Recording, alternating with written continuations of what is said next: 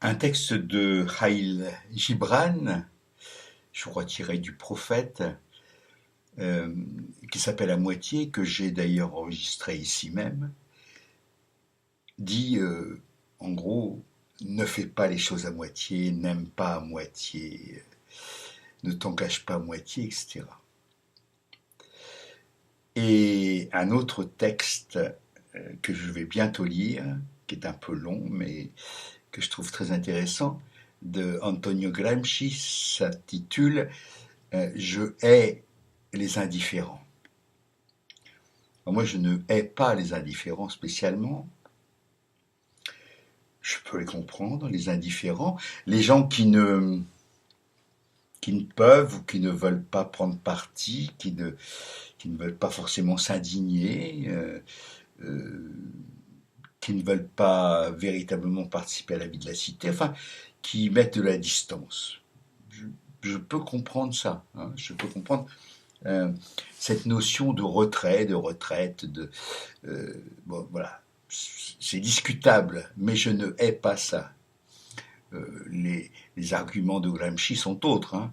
Ils sont tout à fait valables aussi. Simplement, euh, ce qui est haïssable, ce n'est pas l'indifférence. Moi, j'ai d'ailleurs défendu à un certain moment l'indifférence polie, surtout en ce qui concerne les relations internationales. Parce que si tu es indifférent, moi par exemple, je suis indifférent poliment à à ce qui se passe au Moyen-Orient. C'est pas ma sphère, quoi. Encore une fois, je suis de la mer du Haram. Ma Mare Nostrum se situe pas là. Elle se situe beaucoup plus au nord.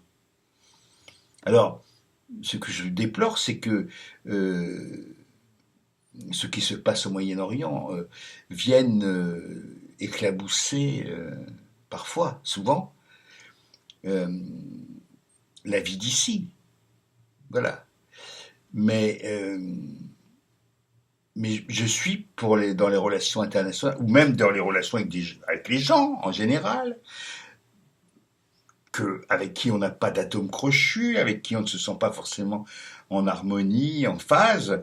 Je suis pour l'indifférence polie. Voilà.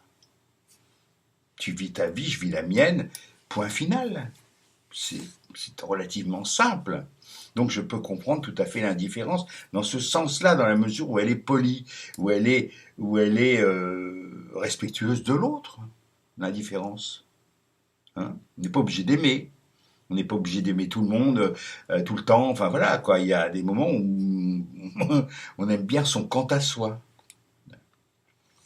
Par contre, ce qui est déplorable, et là je rejoins davantage Khalil Gibran, c'est le côté à moitié.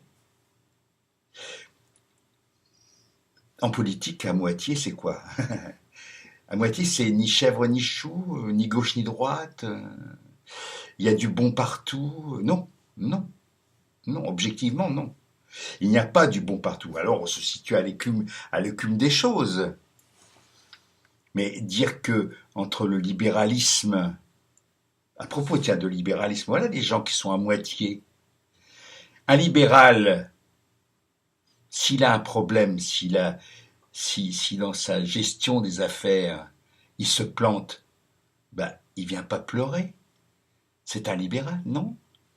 Il vient pas demander des subventions. Il vient pas demander à l'État qu'il hait, de venir le secourir. Il se démerde, le libéral. Or, c'est pas ce qu'ils font. On voit bien. Ils sont libéraux en théorie. Les journaux qui n'arrêtent pas de taper sur l'État, ce monstre, qu'est-ce qu'ils font? Ben, ils touchent des subventions de l'État, c'est-à-dire du contribuable. Tous les journaux, les syndicats, des tas d'associations qui dégueulent sur l'État. Il y a un ministre de droite qui a dit à un moment donné que c'était absolument inconséquent de venir chercher des subventions avec une sébille à la main et un cocktail Molotov dans l'autre main. C'était Druon, je crois, qui a dit ça. Il n'avait pas tort. Hein. Il n'avait pas tort. Donc je retourne le compliment. Si vous êtes contre l'État, ne venez pas chialer, quoi. Démerdez-vous. Démerdez-vous. Voilà. Tout ça, c'est le truc à moitié. Les gens qui sont à moitié de gauche, ils sont de quoi? Socialistes. Ils sont quoi? Ce sont quoi les socialistes? C'est quoi? C'est des gens qui ont privatisé au nom de je ne sais quoi. C'est des libéraux. Dans ce cas, qui ne s'appellent pas socialistes, qui s'appellent autre chose, autrement, mais qui ne viennent pas nous emmerder avec un socialisme qui ne l'est pas. C'est pas parce que on va faire quelques petites réformes sociétales qui n'ont rien à voir avec le fond du problème, qui est un fond qui est économique et structurel, qu'on a le droit de se proclamer socialiste. Inversement, des pays qui se prétendent socialistes et qui rentrent à fond dans le marché, c'est pas des pays socialistes. C'est de la rigolade. Il y a une invention qui est bien pour ça, c'est l'économie mixte. Ben oui. Mais l'économie mixte, on voit où ça mène. Hein. En général, à la ponction de l'État, de l'argent public, au profit d'intérêts privés. C'est ça que ça amène. Donc tout ça est tout à fait nul. Et pour en terminer avec cette histoire de demi-mesure, de moitié, d'hémiplégie mentale, il y a des choses sur lesquelles on ne peut pas transiger. Moi, je veux bien qu'on soit indifférent à la question de l'origine des choses, du monde, de la vie, etc. Tout à fait. Mais dans ce cas-là, si on est athée, on n'est pas à moitié athée. On est totalement athée. Et si on est croyant, on n'est pas à moitié croyant. Je vais faire une petite prière, déposer un cierge, comme ça, histoire de... Hein? Non. On est totalement croyant. Et si on est affilié à une religion, ben on respecte la religion en question. Il s'agit pas d'être à moitié. Si on croit en Dieu, on croit.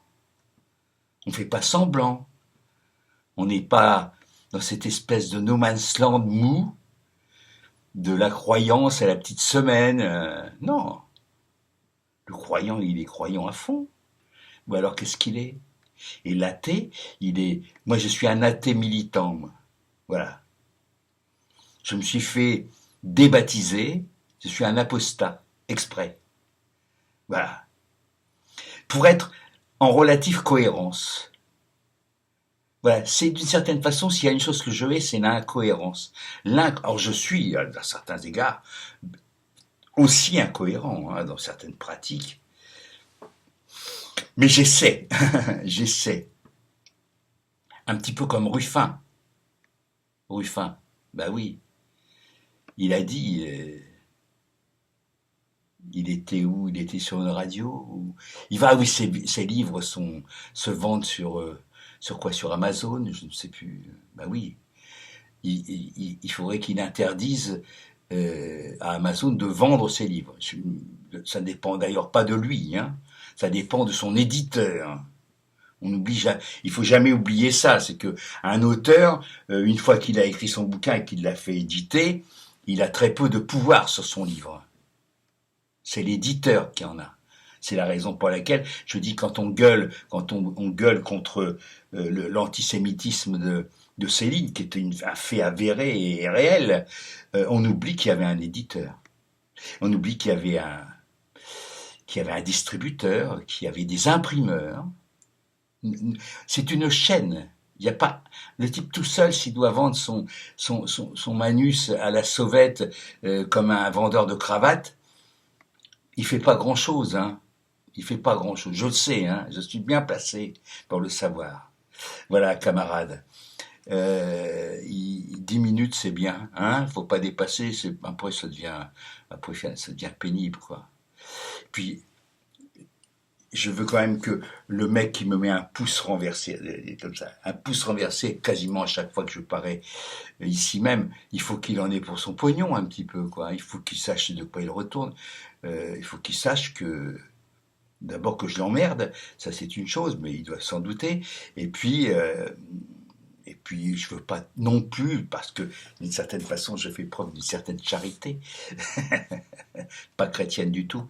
Je veux pas le pousser à bout, quoi. Je voudrais pas avoir, je sais pas, un suicide, une crise de délirium